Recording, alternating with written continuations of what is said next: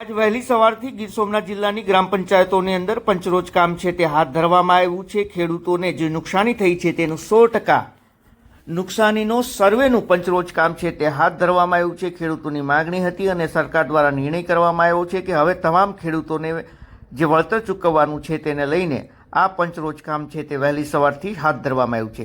ગ્રામ સેવક, તલાટી અને સરપંચો આ પંચરોજ કામમાં જોડાયા છે અને દરેક ગામોની અંદર અત્યારે પંચરોજ કામ છે તે હાથ ધરવામાં આવ્યું છે।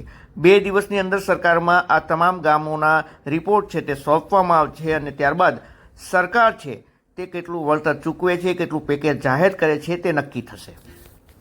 ખેડૂતો માંગ કરી રહ્યા હતા અને આખરે ભારે વિરોધ બાદ ખેડૂતોની જીત થઈ છે અને સરકાર છે તેણે હવે નક્કી કર્યું છે કે તમામ ખેડૂતોને વળતર આપવામાં આવશે અને તેના ભાગરૂપે આજ વહેલી સવારથી ગીર સોમનાથ જિલ્લાના અલગ અલગ ગામોની અંદર આ પંચરોજ કામ છે તે હાથ ધરવામાં આવ્યું છે। આ દ્રશ્યો આપ જોઈ રહ્યા છો તે ગીર સોમનાથ જિલ્લાના કોડીનાર તાલુકાના ફાંચરિયા ગામના છે, જ્યાં ખેડૂતો છે તે અત્યારે ગ્રામ પંચાયતની ઓફિસ પહોંચી રહ્યા છે અને પોતાના નામો છે તે નોંધાવી રહ્યા છે। દોસ્તો, તમામ ખબરો જોવા પેજને ફોલો કરો, ચેનલને સબસ્ક્રાઇબ કરો। ધન્યવાદ।